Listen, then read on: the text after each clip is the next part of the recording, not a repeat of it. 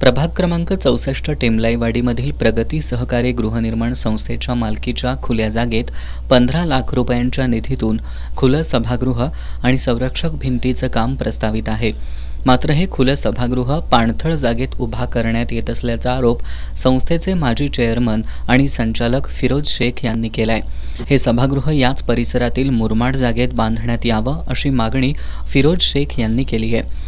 या मागणीसाठी त्यांनी 4 दिवसांपूर्वी सार्वजनिक बांधकाम विभागाच्या कार्यालयासमोर 1 दिवसाचं उपोषण केलं होतं. मात्र सार्वजनिक बांधकाम विभागानं या मागणीची दखल घेतली नाही. उलट उपअभियंता महेश कांझर यांनी स्थानिक लोक बांधकामाला विरोध करतायत असं सांगितलंय. कांझर यांचं हे म्हणणं खोटं असून त्यांनी पुरावे द्यावेत अशी मागणी करत शेख यांनी आज पुन्हा एकदा सार्वजनिक बांधकाम विभागाच्या कार्यालयासमोर 1 दिवसाचं उपोषण करत प्रशासनाचं लक्ष वेधलं. याबाबत सार्वजनिक बांधकाम विभाग आणि कोल्हापूर महानगरपालिकेचे शहर अभियंता हे वेळकाढूपणा करत असल्याचा आरोपही त्यांनी केलाय.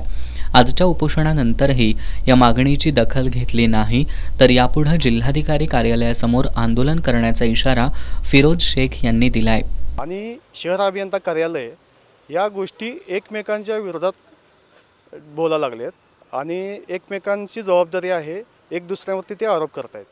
त्यामुळे यामध्ये शासनाचा फंड्स येऊन देखील हे काम सुरू न झाल्यामुळे मी अन्न पाणी त्याग आंदोलन इथे करत आहे. हा दुसरा टप्पा आहे. मागच्या 5 तारखेला मी उपअभियंता कार्यालयासमोर केलं 8 तासाचं. आज इथं करतो आहे सार्वजनिक बांधकाम विभागासमोर आणि गुरुवारी जिल्हाधिकारी कार्यालयासमोर आहे. आमची एकच मागणी आहे की शासनाचा निधीचा अपव्यय होऊ देऊ नका आणि काम तातडीनं सुरू करा.